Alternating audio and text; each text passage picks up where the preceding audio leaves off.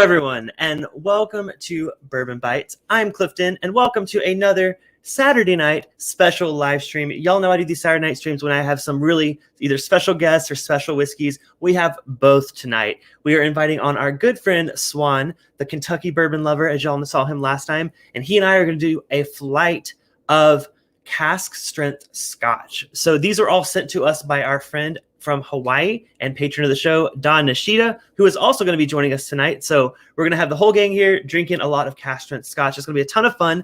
Hopefully you guys are drinking something with us. I was asking in the chat what you guys are sipping on. I know a lot of you guys saw the lineup and you're a little jealous. I'm sorry. You may not have these. I don't have these. But hopefully you have, some cask strength whiskey. It doesn't have to be Scotch. Something cask strength. I know it's Saturday night. It's only 6 o'clock Pacific time. Maybe it's a little later where you are. But hopefully you're ready to party with us. So I want to bring on the guest before we get into this. Let's bring on the guest. So let's invite the Kentucky bourbon lover himself, Swan. What's up, man? What's up?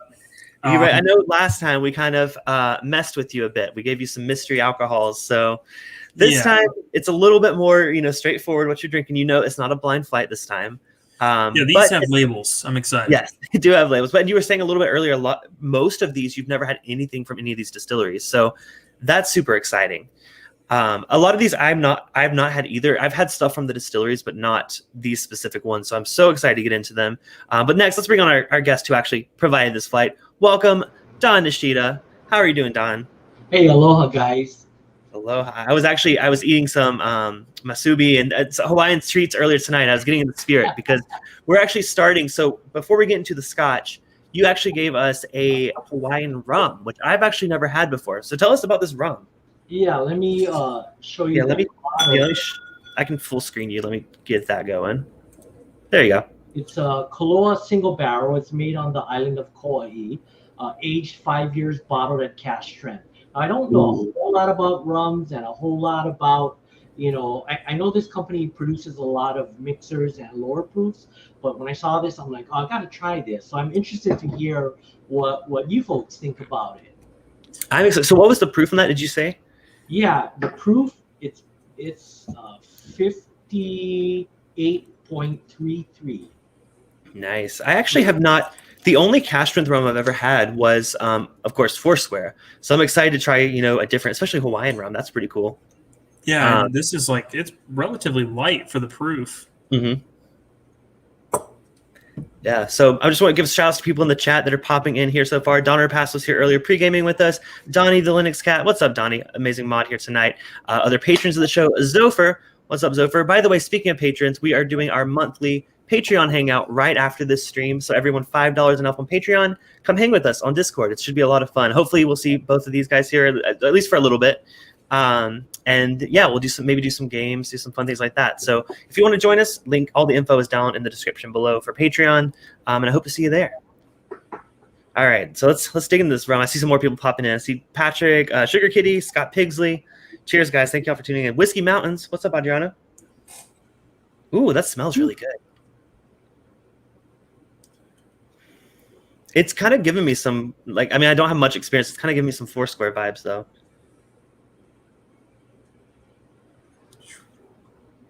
It smells strong, though. It smells hot. It does, yeah. Yeah. I would say it's a lot sweeter than, some of the rums I've had, but Foursquare is usually 12 years old, so this one's a little bit younger. All right, let's go and try it. Cheers, guys. Cheers.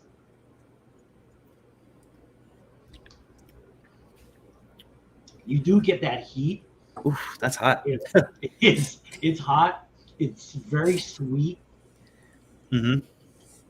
But it's sweet, but it's not like an overwhelming sweetness, I don't think. I think it's sweet, but it's still more. There's a lot of fruit in there too, maybe I'm just stereotyping because it's Hawaiian, but I'm getting pineapple. I feel like I'm getting some pineapple on it. I don't know. What are you guys getting? Yeah, exactly. It's not like really dark molasses sweetness.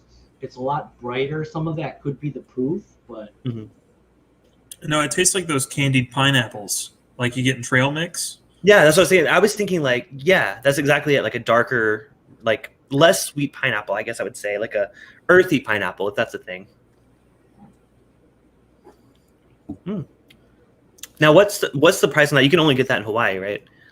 Right. So this release, I think it was 270 bottles for this one. It runs about $80 to $90. So like, I'm not a huge rum person, so I got a lot left. Mhm. But it's nice to try something different once in a while. Yeah, but I mean, I think that seems like a pretty fair price for. I mean, yes, you're kind of competing, with the Four Squares, but again, it's Hawaiian. It's something really unique, and I don't think it does. Sometimes with cask strength rum, at least some of my experience, is it just all you get is the heat on it. This one has a lot more going to it for it than just heat, so that's exciting. It's really nice. I wouldn't even mind getting a bottle of this. Mm-hmm. So Swan, is it maybe a little bit better than the Mahalo bourbon I had sent you? Don, it is. Now that you mentioned it, it is significantly better. So I was fortunate enough to not get any of that. I don't think so, but I've heard I'll stories. send you out some samples. You We'll know make what? this happen. I appreciate that, but I think I'm good. We can make that happen. Man, that's awesome. Well, I see some new faces here. Sherry G, what's up, Sherry? She said Adriana sent her. Thank you, Adriana, for that. Yeah, and if everyone's tuning in, if you missed the intro, we are doing some cask strength Scotch. We were starting out with rum, but the rest of the night we are doing all cask strength Scotch. So I'm so excited. So now, the first one we were talking about it before. It may not be cask strength. The first one we're going to move to. If you guys are ready to move on to the Scotch, I'm ready for it. Oh yeah, I'm definitely ready for this first one. All right, so this first one is actually. I wish we could save it for the end. The thing is, it's the lowest proof. So we got to start with it or else we're going to blow out our palate. Yes, Don is showing off the bottle. Black Art 5.1 24-year-old Scotch. This is a 2016 release. I don't know why I'm talking as if like you're the Vanna White. Don, tell us about this bottle. Well, it's funny because that Water of Life film, I think, just came out. I haven't seen it yet, but this is the first release, 5.1, after McEwen left Bruichladdich. So it's the new master blender, master distiller that put this together. So I think a lot of people were curious about how this would be.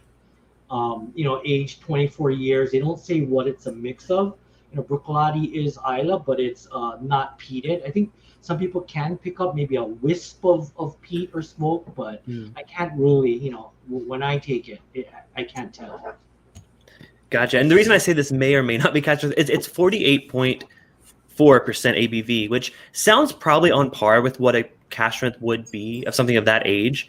It's just not labeled as cask strength. So maybe someone in the chat knows for sure if it's cask strength. If so, let us know. But yeah, that didn't even cross my mind until we were doing. I was like, wait, is that even cask strength? Oh, that's not what I expected at all.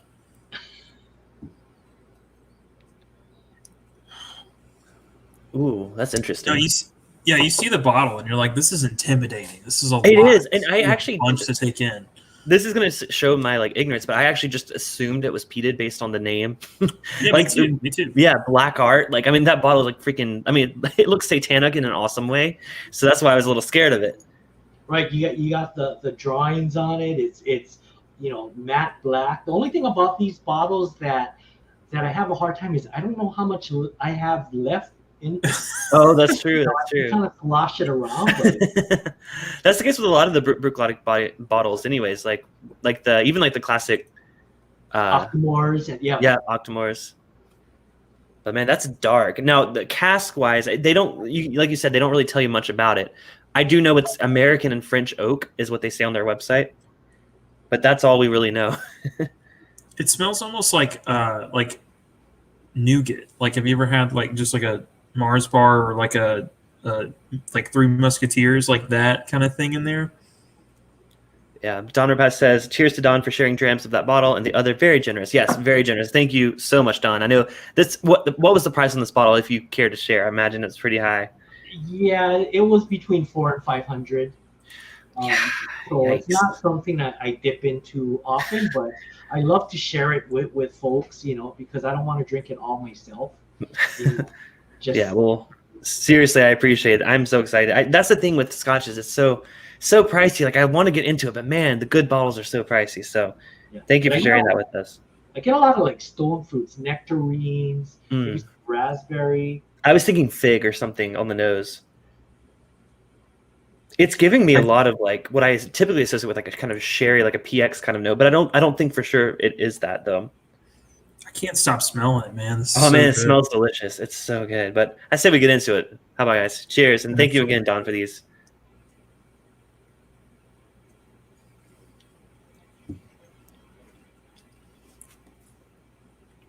Oh man. It drinks. I mean, I'm going to take a guess and think that's cask strength because that drinks pretty hot for 48.4%. Yeah, and I could see why people would maybe say that it's peated, but it's not. Like it's got like a slight kind of. I don't even know how to explain it. It's that grassy maltiness. Yeah. I was gonna say almost like there's smokiness, but to me it's like a smoky, like grilled, like vegetable or something. You know, it's like a little vegetal, maybe apricot kind of note on it for sure. But like I don't know, there's definitely some kind of smoke behind that as well, but not like a peaty. Like it's different than like a peaty kind of smoke, I think. Yeah, it's like a burnt orange. Oh, okay, I see that.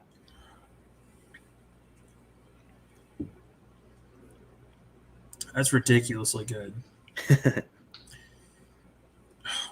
I know we have some friends in my local group that are huge fans of this distillery. They buy pretty much everything that they put out. So I'm hoping maybe some people in the chat tonight are fans of this one or other, Bruichladdich releases. I want to do more of their stuff. I haven't had too many of their products. I think Swan, you said you had of course, the Classic Lottie. Classic Lottie, yeah. And that's pretty much it, right? Mm-hmm. Yeah, I've had that one, and I've had like small amounts of other stuff from my friend Aaron. But other than that, I haven't had much from them. But this is great. I've had Octomore as well, which is delicious. I saw some chat about Octomore. That's basically the peated version of this, and that stuff's delicious too. But yeah, right. I mean, when you look at the bottle to what you have in the glass, not what you were expecting. Not at all. No. It's very a lot of fruit. I don't know. It's hard to pinpoint specific fruits, especially with it being that old.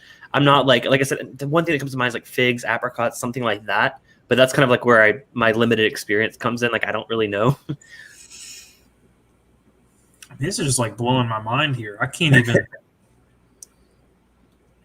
It's just so interesting because like to kind of go back to the theme of like having a bourbon drinker do this. Like I'm so used to it's this facet, it's this flavor profile, it's this tastes like this distillery. I wouldn't even know where to start with a flavor wheel on this thing, man. Like it's got some fruitiness, I can pick up on that, but just past that, like it's just all over the place. Yeah, it's like the sweet. I'm trying to like narrow down like the specific sweetness. It's almost like it goes a little floral, I think. It's kind of like a floral, like some kind of honey, but like not just like basic honey, like some kind of like wildflower or something. That's what I think, and what I'm trying to, because normally it's not like a bourbon, like the vanilla sweetness, the caramel sweetness is different to me. It's more of like a floral kind of honeyed kind of thing. I like it a lot. And to me, sorry, go ahead, Swan. No, I mean, it's just echoing that. Like it's just got a nice floral sweetness to it. That's just hard to describe, but it's really good. I was gonna say mid to late palate. For me, it transitions into tobacco, black tea, and then some of that brininess that comes out. Black tea is actually a good. Yeah, I could totally get the black tea. What's up, Todd? Cheers to you, my friend. And thank you, Audrey. Make sure to like the video. Yes, if you guys are watching this, you enjoy this. We have a lot more to get through, so appreciate the thumbs up as we go along. Emily says honeysuckle. That's actually, honeysuckle is kind of maybe what I was thinking. I said like a wildflower honey, but I could see honeysuckle for sure.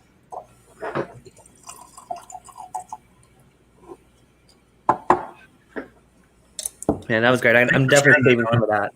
I'm saving that. It's going to come back out on a special occasion. That's really good. All right, y'all ready to move on to next one? Right. No, I mean I'm ready, but I'm still saving some. Don't get me wrong. I'm not. That wasn't the whole sample. Don't worry. So next up, this is another special bottle. I've heard of this brand for the longest time. Never tried it. Let me full screen you there. This is okay. So I will not speak for you. Tell us, Don. What is this?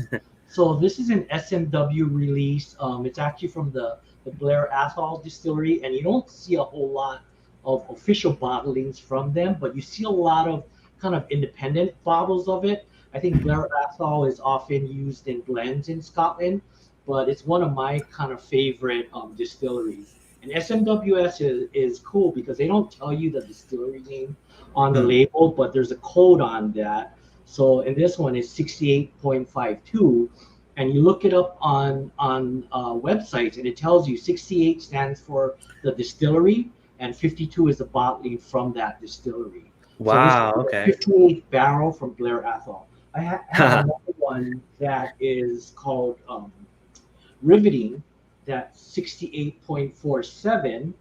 So again, SMWS is almost like I mean, it is pretty much, in the bourbon world, it's like picks, right? So they're getting barrels, they're buying barrels from all these distilleries across Scotland. They're dipping into American whiskey, and they release it every month. There's a number of bottles that members get to buy, and they do some pretty good stuff, and all of it is at cash strength. So what's not to like about that? That seems interesting how they're not allowed to disclose the distillers, but they literally give you a code to disclose it. That seems like almost cheating. Like, are they allowed to do that? Yeah, I don't think it's on their site, but I think they kind of release that information so you can get to other sites. Okay. What the distillery is. Okay, I was gonna say, because if they have it on their website, that seems a little. But okay, I get that for sure. But yeah, this one is 13 years, bottled at 58.8%. Its initial cask is X Oloroso, and then final cask is first fill X PX Pedro Jimenez. Oh, that's exciting. So, for those that don't know, SMWS stands for, is it Scotch Malt Whiskey Society? Yeah. Okay. Malt Cool. Just Whiskey want to make sure. Society, and there's different chapters all across the world. So ours is SMWS America. Gotcha. Sherry says she just poured the slow bourbon I sent. Yes, Sherry won our giveaway for that stream. So congratulations again. Hopefully you are enjoying those. Let me know which one's your favorite. Because I sent the full lineup that Brandon and I did. So hopefully you enjoy those. And I do have my cat. I have to move off the I was going to say that was one situation where Don Nishita did not win those samples. So that's a that's a difference there. I guess I can't win any giveaways tonight, huh? That's true. Yeah, no giveaway tonight. When I'm dealing with samples, I unfortunately can't, send them. But yeah, I mean, super chats are still appreciated if you guys want to support the channel. But you're probably better off tonight if you want to support the channel. Join Patreon for $5 and join us at the after party tonight, or the monthly hangout tonight, because that's going to be fun. Absolutely. I do want to mention, while I'm plugging my own crap, my challenge coins are still on sale through the end of this month. So if you want to get a Bourbon Bytes challenge coin, Swan has his right there. Yours will show up better than mine. Yes, so these are metal. They are heavy. Don has his too. So if you guys want them, they're on sale for $15 just until the end of this month. You can buy them at full price otherwise. But if you guys want one, you can send me $15 via Venmo. I'm going to put this on the screen, cover you up a bit, Swan, sorry. If you guys want to scan that, it's just Clifton MCDNL. Scan that. There you go. Send the $15 and then shoot me a message via Instagram, Facebook, or email, contact@bourbonbytes.com. with your address, and I will get that shipped to you. So wanted to, offer a little sale there, because I mean, I have a lot of them, so I'm trying to get through them. And also patrons get access to those for free sometimes, depending on the tier. So check that out. Okay, I haven't gotten into this yet. I haven't even nosed it yet. So It's amazing. On the nose or on the palate? Have you tasted it already? I've not tasted it yet. It's just got a really nice fig and toffee thing on the nose. Oh, wow. That smells. Man, that smells. This is more up my on the nose. I know you were loving the nose on the first one. This one to me though, this is my territory. Smells amazing. It's a lot more forward with the sherry aspects, I would say, than the other one. The other one, we don't know for sure if it was sherry cask, but this one, and that's pretty dominant. Yeah, and you can see just on the color too. Oh yeah, it's so dark. And so you said this was 11 years in Ex Oloroso, and then the rest was the last two. Was it 2 more years? We're in first fill PX sherry. Yeah, it's 13 years. Initial was Oloroso. Final cask is PX. And it's funny because I started sending these scotches to Swan and Perry of This Is My Bourbon podcast, because I think on one of the episodes they had mentioned that they would like Scotch a lot better, but they thought everything was at 43% or at 40%. So I'm like, hold on, wait, I need to send you some stuff. Well, that's what got me into Scotch in general, because a lot of people, that's something that, Swan, it's what we were talking a little bit before the show. That's something that I feel like you can grow into appreciating those lower proofs once you're kind of into it. But I think us coming from the bourbon world, to me at least, starting with the cask strength is my gateway into it. I'm still at that point where I still prefer the cask strength, but I think Swan might even be more than me, appreciating more the lower proofs now. Yeah, I like a lot of the lower proof stuff that I've had. It's weird too, because like when I think when you transition from bourbon to Scotch, especially when you like the higher proof bourbons, you just associate higher proof with more flavor.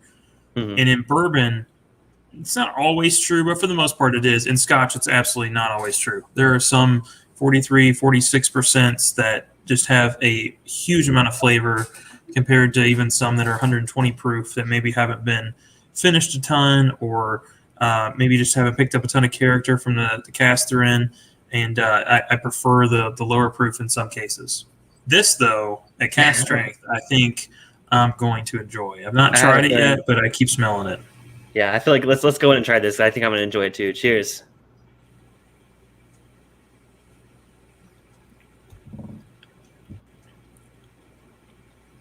Oh, yeah. Oh, my gosh.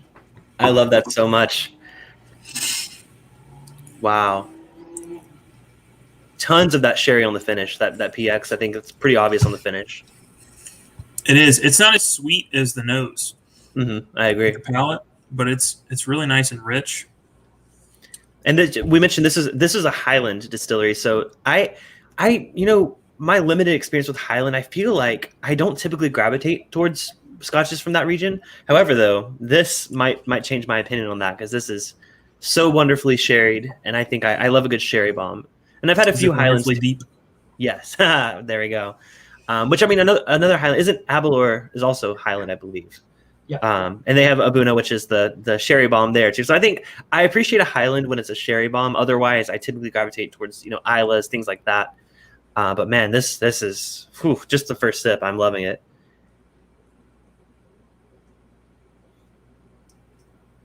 Yeah, Blair Athol isn't one that gets a lot of mention, but I always kind of seek it out. If I see SMWS doing their, during that month they have a Blair Athol, I'll get it. Or if I'm in Total Wine and I see an independent bottling of Blair Athol, I'll normally pick it up. Peter White, no, this question was for Donner Pass. This may be a Canada-specific question, so I'm not sure. He said, have you tried any of first editions Blair Athol? They are usually 1995 distillate sherry cask, 21 years. So I think, maybe that's like an independent bottling in Canada. Interesting. Man, now what was the price on this one? I'm sure it's already. I see there was only 120 bottles in the U.S., so I'm sure it's gone. It was, and that's the thing about SMWS. They release beginning of month and mid-month outturns, and a lot of the bottles go within minutes. This Blair Athol is not bad. I think I paid like $130, so it's not outrageous. Again, it's one of the smaller, lesser-known distilleries, so you can get a pretty good deal on it. I've actually never heard of the distillery, so now I know that I like it. And Peter White with the correction there, Aberlour is Speyside. Gotcha. So that's why I love you guys in the chat. You guys correct me because I mess up all the time. Well, technically, Speyside is in Highland. Okay. Oh, Don Nishita come in. It's like technically. When you draw that map, Speyside is a region within Highland. So it's Highland. Some will say Speyside, some will say Highland, but it's kind of it's in that area. Zopher says Teehee wonderfully deep. That's a pretty interesting name. I'm a fan of it. Yeah. No, this is really good. I like how rich it gets on the palate compared to how sweet it seems it's going to be on the nose. Yeah, like on the palate, on the nose, it's straight up sherry. Like it's those big fruity notes. Palate, though, it's a lot darker. And I'm trying to pull up specific notes to kind of help. There's a bit of like, don't want to say coffee, like maybe espresso or something on the finish. It goes really dark for me. Like it gets like kind of bitter, like bitter chocolate or something on the finish. Yeah, it's got like a little allspice or something to it. Sugar Kitty says it was a lot more popular 20 or so years ago. Now it's mostly used for blending. I think that's what you were saying, Don. Yeah, and I'm in the same boat as you, Clifton. I've seen like some independent bottlings of Blair Athol and just immediately thought, I have no idea what that is, and I'm not going to buy it. Yeah, I don't think I've even seen it. That's how I'm so unfamiliar with it. So I'm going to have to keep an eye out because that's delicious. Man, I'm excited. Now we're working our way up in proof. The last one, we actually are saving the peated one for last. We might have two peated ones. We'll see how much time allows. But this one was, like I said, 58.8% ABV. But this next one, I'm excited for, but I'm also like worried. So Don, what is the next one? The Bunnahabhain. Can you tell us about this upcoming one? Sure. This is another kind of big independent bottler signatory, and so this one is a Bunnahabhain, aged 11 years, and it is at 67.3%. Oh my gosh! And as you can see, I've worked my way pretty far down. So yeah. It's a good one, but it's again. It's a single barrel, specifically for this company, matured in a first fill sherry butt. Okay. And there were 591 bottles because I guess it's a big butt. I mean, butts are big. Was it a wonderfully deep big butt? I'm just kidding. I'm sorry. Oh man, it's too early for this. Whew. Okay, I got a little far in the glass there. I'm gonna chill for a second. Yeah. So this one is unpeated, correct? Yes, I believe so. Okay. And Bunnahabhain is another one that's one of my favorite Scotch distilleries, and I do look for a lot of the Bunnahabhain 18 is good. Their core range, a lot of it is at that 43-46%. So there's a lot of independent bottlers that are doing cask strength stuff, and that's where I usually kind of gravitate to. Yeah, I kind of burned the nose hairs there a bit too. People are saying Speyside can put Highland on the bottles if they want to, and there is some overlap. So cool, good to know. I actually didn't know that, but that's this two bourbon drinkers here that are working their way to learn more. Adriana says the cask strength coming in strong, Cliffy already. I guess. I mean, these are the first drinks I've had tonight. I mean, I did go to a brewery earlier today, which by the way, I posted on Instagram some Instagram stories of Little Tokyo in Japan. If y'all want to go check that out, it was a lot of fun. Or not in Japan. Yeah, I went to Japan for lunch. I went totally like just bougie. No, in LA. Man, this is nice, but I'll be honest. So far, it's not really up my alley. I'm not a huge tea person. I'm getting almost like a spearmint tea kind of thing on this. Yeah, it's different because you say first fill sherry, but it's nowhere nearly as like fruity and sweet as the other ones we've been trying tonight. Man, that's hard to get a nose on that because it gets the nose hairs real good. I do. I mean, I get a little bit more of like because I always forget. I didn't know until I did the stream where I tried a bunch of different sherries. Like sherry isn't always sweet. So to me, this is coming across more of like an Oloroso or something like that. That's more of the, I guess, is bitter the right word to describe it? Well, some people, there's some sherries that people pick up a lot of kind of sulfuric notes off of that as well. I get a lot of cream in this. Yeah, it's still sweet. It's just less of the fruitiness that I was getting on the other ones. Right, not as much tropical dark fruits. Mm-hmm. Man, I'm really excited to see how this one drinks. So let's go. Yeah, I'm gonna have to taste this one. Cheers, guys.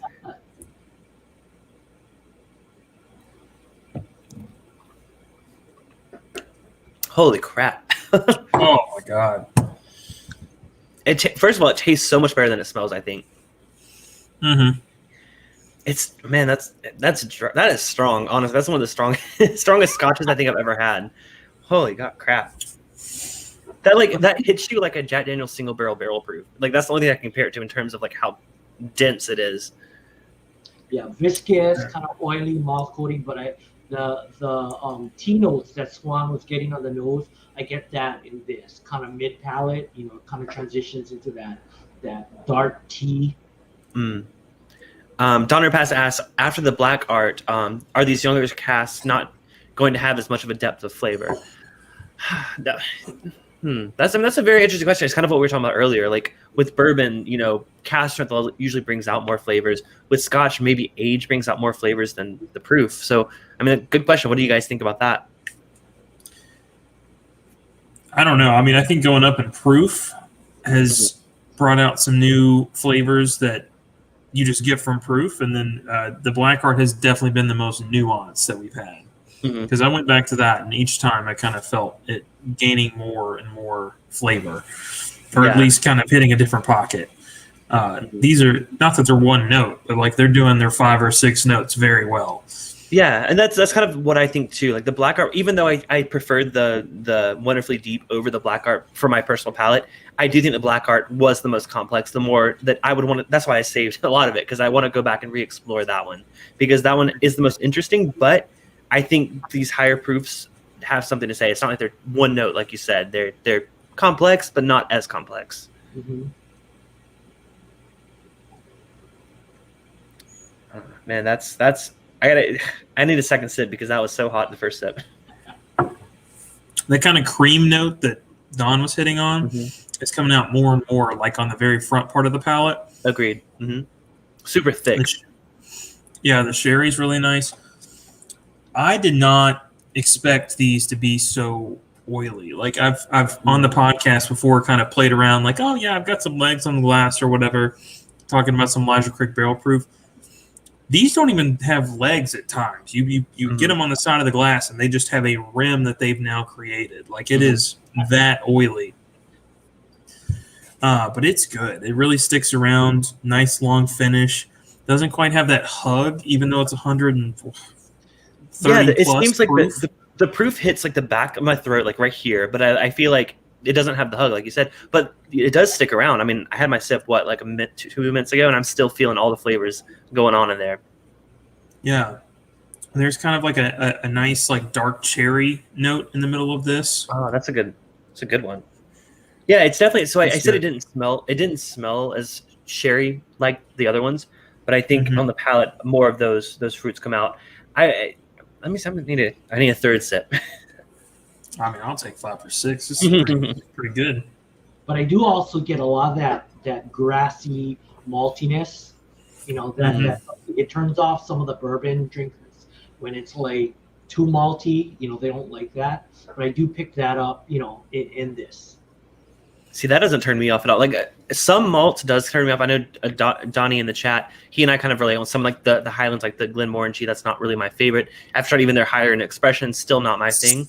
This is though different. This is richer, darker, and I think a lot of the times I feel like this one, there's a lot more oak that's helping it out. When there's oak and malt together, I think I do appreciate it. With some things like, you know, the other Highlands, I don't get as much oak, so I'm just getting that maltiness.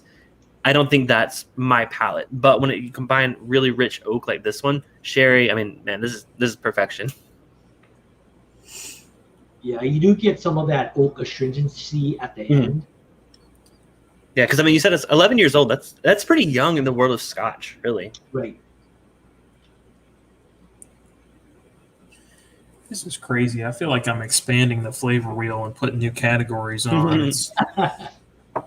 You know what's interesting? I saw, I don't know if you guys know Alex Castle from, what's her distillery that she has? She's the master distiller, or it's in Tennessee. I know Don will know it, or Donnie will know it. Dang it, I forget off. I'm sure someone in the chat is about to tell me. But anyways, she posted a thing. I follow her on Facebook. I'm friends with her on Facebook. Old Dominic, thank you. I was like, I almost said Catawba Creek, but that's Virginia. I got confused. But anyways, yeah, thank you, Donnie. Donnie said it in the chat too. She posted a photo on her Facebook where she was doing a tasting, and she had a flavor wheel that was from Independent Stave Company. And it was literally a flavor wheel dedicated entirely to oak. So it wasn't, you know, flavor wheels normally have like the oak and the fruit and stuff. But it was so interesting. I'm like, I need a whole freaking, you know, spread of like wheels. Like, okay, let's find the oak, let me find the sherry. You know, like that would be really cool to dive really deep into that. Yeah, because you could, like that. Yeah, you can almost take like 5 flavor wheels dedicated to like cask finishing, oak, age, and then just kind of like pinpoint 2 out of each, and just make your tasting notes based off that almost. Be kind of cool. Man, this was so. In terms of favorites so far, we still got 2 more to do. Well, we have time for 2. This is up there with me. I think I still prefer the Scotch Malt Whiskey Society one, but this one's a close second for me. What about you? How are you feeling, Swan? I actually like the Black Art the best. Really? Yeah, I know it's lower proof, but just the level of nuance and stuff in it is ridiculous. I even made sure to leave some of my glass just so I could kind of get back to it after it's really got some air to it. Yeah, that would have been smart for me. But I just know I'm a sucker for sherry bombs, so that's kind of what I'm gravitating towards. Don, what about you? What do you like the best out of these so far? Yeah, the Bunnahabhain is one of my favorites. This specific one, and then all of them are good. I mean, Oh yes, incredible. but yeah, I think the Bunnahabhain for me, um, and then the Blair Athol. The Black Art is good. Again, lower proof, but knowing, it's limited. I don't go to it all that often. Right. Yeah, that's like that. I mean, that's definitely a special bottle, and its reputation precedes it because I've heard so much about it. But I'm so excited to finally have a chance to try it. I'm saving the rest of that sample because I got to go back to that. That's going to take some time to really dive into and explore. All right, y'all ready to move to peated stuff? I'm psyched. As a bourbon drinker, I love peat. I've even started picking up peated bourbons to try. And you know what? I think that's really funny because I was the same way because I feel like I'm like a year ahead in terms of getting into Scotch than you got into Scotch. But for some reason, I gravitated towards the sherry bombs and then the heavily peated stuff. It was really weird. I think I just really like really big flavors. So it's interesting to hear that you also love the peated stuff as well, coming from the bourbon side of things. Yeah, I think that's a product of us both liking the higher proof, bourbons and stuff. We're used to those like massive amount of flavors, the huge like dripping, like finish that comes on some of the Bookers and stuff. And I mean, it's bold. And when you get into Scotch and you get a hold of like an Aaron 10 where it's 100% like grain cereal and honey and just light and easy, you're kind of like, where's the flavor? Not that it doesn't have flavor, it's not as bold. Mm-hmm. And so the peat and the sherry and the rum, all that's the bold flavor I feel like we look for. Oh yeah. And then Todd says he's been a big Bunnahabhain fan for a while. I really need to try more of their stuff. I see the name a lot. I hear the name a lot. I don't have much experience, so I need to. What are some of their, Todd or anyone in the chat, what Bunnahabhain expressions do you recommend? Also, Don, do you have any other ones that you think, if we like this, what else should we seek out? Well, if you ever make it over to Hawaii, I'll let you into my Bunnahabhain sample section of the shelves. Fingers crossed, because I have a trip planned next month. We'll see how things go. We're keeping an eye on rates and everything. Of course, we may have to cancel for everyone's safety, but if we were able to make it, I'm holding you to that. I'm going to your sample section. Yeah, I do like the Bunnahabhain 18. Of their official bottlings, I really enjoyed that one. Other than that, I search out the quote unquote picks or independent bottlings of Bunnahabhain. Interesting. Yeah, I need to try more of them because I really dig that. That's really, for 11 years old to have that big of a flavor. That's really exciting. I gotta find more of that. Yeah, Peter White also says Bunna 18 is a good buy. Sugar Kitty and Donner Pass both say get the 12. So sounds like that might be a bottle I pick up here soon. All right, let's get into the peat. So Don, what is this that you have for us? Okay, so this is the Kilchoman, and they have a lot of official bottlings, but this one is another pick, and it has an interesting story. So you'll see a lot of these Kilchomans in various caskings that are picked by stores or companies, and this one is actually it's funny. It's this place called Kadota's on the Big Island of Hawaii. It's a little store, and it actually sat on their shelves for a couple years until someone in our whiskey group discovered it and pretty much bought everything out and brought it back to Oahu. So this has become one of our favorites. It's a PX Sherry Cask finished. It's about 6 years old, 57% ABV. Again, non-chill filtered, natural coloring. But yeah, this is a pick for a specific store, on the Big Island of Hawaii. It's called Kadota's Liquor Store. So if you're ever there, if you're ever on the Big Island, go check them out. I would just say, as soon as I open the sample bottle, this just filled the room. This is a big, bold nose on this one. This is different, man. Okay. Swami says, Kilchoman. PX cast strength is the shit. So I'm excited. Whew. Whoa, wow. That is bold. that's a nice way to put it. If you let it sit for a little bit, and I might sound crazy for this, did you ever have Big League Chew, just the regular bubblegum flavor? Mm-hmm. Yeah. Oh, wait, that's like the powderiness on top of that? Yeah, powdery portion. The powder, I get that for sure. It's not like it's a bubblegum nose. It's more of like that powdered sugar on top of that. Yeah, it is, and it's weird too because like if you stay further away from it, you get that like kind of slight underlying sweetness, and then you get into it, and the peat is just it's there. Mm-hmm. Yeah, Swami says this was his personal favorite from when he used to drink, so I'm excited to try it. I mean, I hear Kilchoman a lot. Again, so many of these are names that I'm so familiar with that I'm not familiar with the actual stuff they're putting out. So thank you again, Don, for introducing us to these because I'm excited. Yeah, absolutely. Yeah. Are you guys ready to try this? Cheers. Oh, yeah.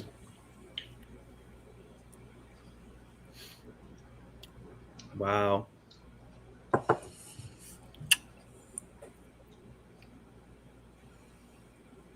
The peat on that is so different. Yeah, very different, right? It's reminding, you know what? I need someone from my local group to like remind me what I've had because this reminds me of something I've had before. I don't think it was Kilchoman. I keep saying Kilchoman. It's Kilchoman, right? Sorry. Kilchoman, yeah. Yeah. Okay. There's another. This tastes so familiar, but I don't know why it tastes familiar. But it's not the Ardbeg ashtray muddy peat. Nope. You know, it is more, smoked pork, bacon. Yeah, I was gonna say it's not even like the briny kind of peat that's something because I also like the briny kind of peat, but this isn't that either.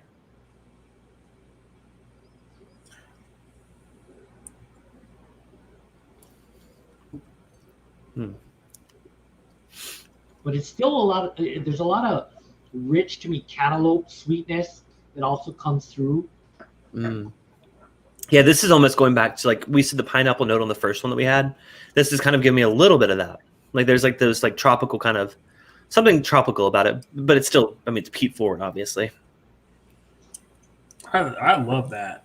That's so good. That's actually, yeah. And at 57% ABV, I mean, that's killer. That's a fantastic pick. Now, is this store, like, are they known for their picks? Do they normally do some really good stuff?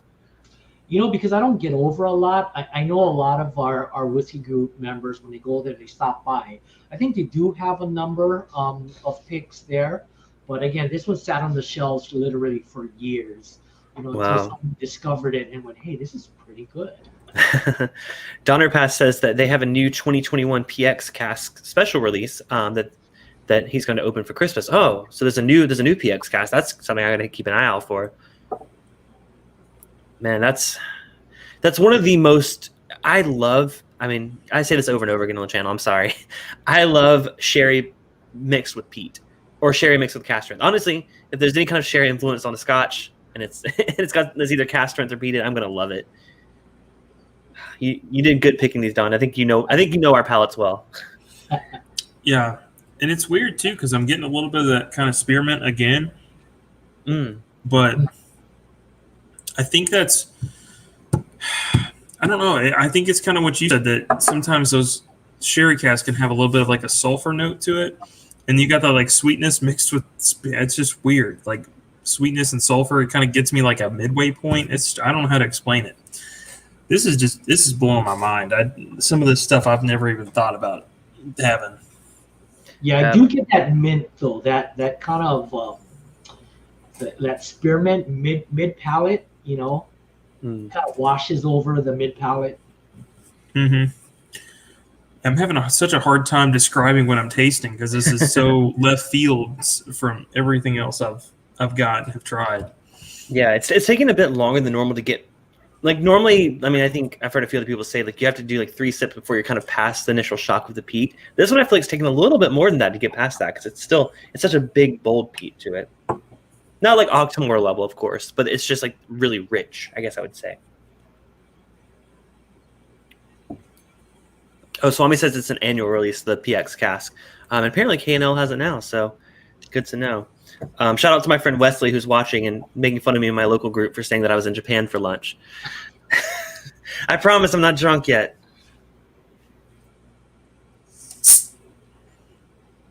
Man, now it's messing up what I thought was my favorite tonight because that's fantastic. Todd let me try a sample of something, and it's got some remnant, like some things close to it. But there was a Lagavulin Distiller's Edition that I tried from him, and it's got some similarities. It's like a 2017, 2018, and that thing was beautiful. I'm going to pour a little bit more of the Scotch Malt Whiskey Society just to decide. We do have one more peated Scotch we're going to end off. It's a little bonus pour that we actually all have a bottle of it. So I was like, oh, that'll be a fun one to end on. But I want to pick a favorite from this flight so far because it's hard to do because these have been fantastic.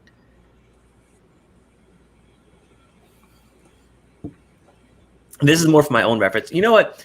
The worst part about doing these flights is like I always forget what's my favorite. So someone will say, "Oh, I missed your stream. What was your favorite?" And I always don't remember. So I have to go rewatch myself. So this is for future Cliffy. You're deciding your favorite right here at 45-minute mark, 52 seconds. You know, I always have a difficult time when people ask me what's your favorite because I appreciate the differences in each one, and it's hard for me to say I like this one better than this one, just because it's all good. It's just different, Well, especially with this one because we're looking at things across peated, unpeated, Isla, Speyside. So that's a great point. It doesn't mean because I prefer something tonight doesn't mean it's like my favorite of all time. It doesn't mean I will not buy any of these other ones. I just think that Kilchoman, I keep calling it Kilchoman. Kilchoman. I'm reading it phonetically. I'm seeing it on my screen. So I think that one has blown me away the most tonight. So I actually that's my favorite. Swan, are you still sticking with the black art? I don't know. The Kilchoman and the black art are definitely standing out to me. The other are sherry bombs, and they've got their place. It's just I've hit that phase, kind of like I do with bourbon and rye. Like I switch over to rye at some points. Mm-hmm. The peat and then just the like super old like nuanced stuff is just what's in right now for me. Mm-hmm. I like them both. If I had to choose one, probably the Kilchoman. Yeah, but again, fantastic one so far. So we're gonna wrap up with one more pour. We all happen to have a bottle of Ardbeg Uigeadail. Hold up your bottles.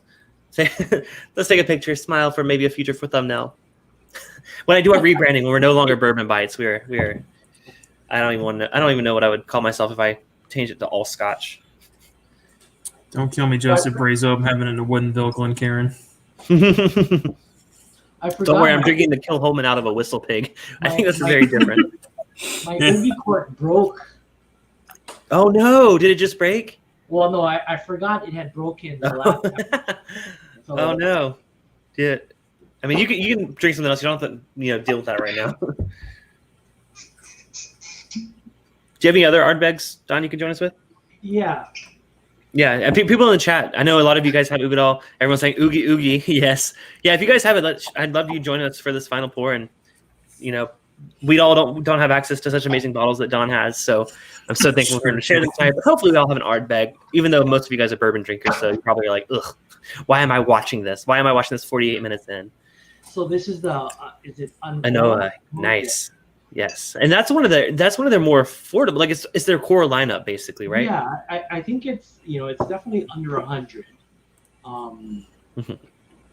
Yeah, unfortunately, I forgot my Ugi cork broke. It's all good.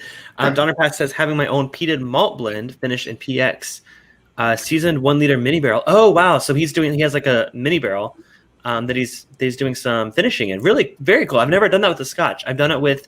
My favorite thing I've ever done in a mini barrel was I had put a red wine in there, like a Cabernet, let it sit in there like for a week or so, soak in the barrel, rotating it, and then I put Wild Turkey 101 in there, let it sit for maybe a week or two. It improved that Wild Turkey 101. Like, it's hard to improve such a great whiskey, anyways. But man, I wish Wild Turkey did more finished releases because that made me super excited for it. Wait, Peter says Oogie, the more expensive Wild Turkey 101 in every bar. What does that even mean? I think it means it's in every bar, but it's more expensive than Wild Turkey. I guess, but very different comparison there. Oh man, it's been a minute since I've had this. Now this one technically is cask strength. I actually didn't realize, and I think our 2 bottles, Swan. I think yours is a different proof than mine. Mine's 54.2. Is that what you said yours was? Yeah, that's what mine is. I read off the proof on my Corey Vrecken. Okay. Yeah, so it is technically, according to the internet, this is a cask strength release, so it fits the theme tonight. Yeah, this is nice. Like, same thing with the Kilchoman. Kind of stay a little away from it. You get almost like a honey nut Cheerio note. Oh, okay, And I the can further see you that. get into it, I just changed it so much. All right, cheers.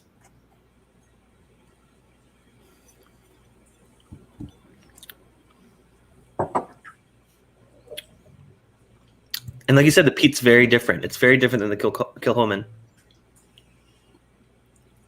Well, it's very like gamey almost. Mm. Like it's kind of it's a meaty. Meaty, and this is more of like smoke, like we said, like smoky, meaty, like barbecue kind of note. I think more so than the Kilchoman. Yeah, and they put on here treacle bacon bonfires. I think that's some of the tasting notes I can get behind. Mm-hmm. So, man, that's Yeah, good. I mean, I don't. The fact that this holds its own is impressive, though, compared to everything we just tried. That's exactly what I was about to say. I was like, everything we've tried has been such limited releases, all basically over $100. This is what, 70 maybe now, and I think no, it doesn't necessarily compare. Like these other ones have been so special, but it's a damn solid good peated Scotch. Yeah, I can get behind that.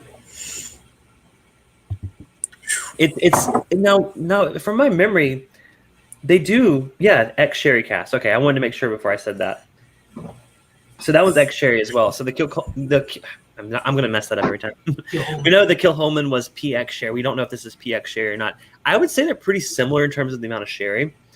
Neither of them are sherry bombs like we've been saying before. And I assume the Uigeadail is a bit older potentially as well. Either way, they made a good whiskey. I've started to gravitate towards the non-age stated stuff because I feel like it gives the distiller and blender a little more freedom to kind of play around with what they want. That's a good point. Some of the age stated stuff's been crazy good, but then you get the non-age stated, even like the what was the one we were talking about earlier? Abuna, something like that. Oh yeah, the Abalo Abuna. There you go. That one. It's very good. Also non-age stated. Yeah, and people now I need to get another bottle of it because people say the recent releases aren't as good. I don't know, but you would have had a recent one, Swan. So I don't. Yeah, I had release 69, but it was seriously though it was still good. But I mean, I know Donnie in the chat is big on trying to find some older ones, and I believe Fred actually found him one. So when he gets that in, we'll get his opinion on that. I'd love to see what he thinks if it really does. And I still have a little bit of my. I think it's like in the low 40s. I think so. I'm gonna have to hold on to a little bit of it and then get another one to do a little comparison. Zover said he's gonna start drinking every time I pronounce the C in Kilchoman. Man, I've caught myself every time. Like lately, I've been like kill. I need to really stop reading it because I'm literally looking at it on my screen and I'm like kill. Looking to get wasted. Yeah. I'm doing a little side by side between the Kilchoman and the Ardbeg. Kilchoman blows it away. I think. I mean, this is just a fantastic, single barrel pick. And maybe I need to go to the Big Islands, Don. No, everything we had tonight was good. Yeah. Even the rum. Even the rum was good. I still have a little bit of the rum. I'm going to go back to finish with that because it's a very desserty rum, I would say. It's sweet, but it's not like, overwhelmingly sweet.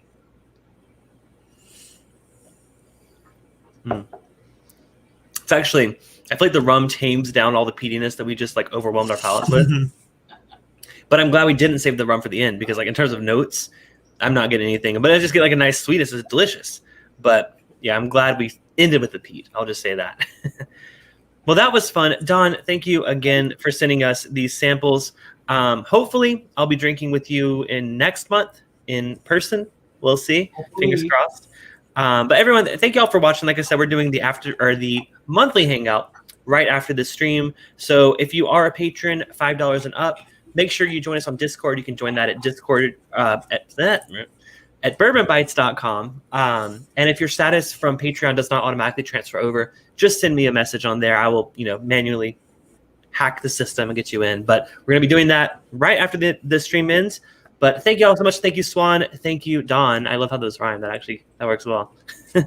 But yeah, cheers. And I'll see you guys soon. Swan, I hope to have you on soon. We're going to do an Offerman comparison of Offerman, the Lagavulin, the Guinness cask, and the original. So we're going to do a little side-by-side. Keep an eye out for that video. We're going to record it hopefully soon. But yeah, hope to have you on the channel here soon. Cheers, guys. I'll see you next Thursday. And until next time, this has been Bourbon Bites, whiskey reviews with a gaming twist. Cheers, and I'll see you on Thursday. Bye.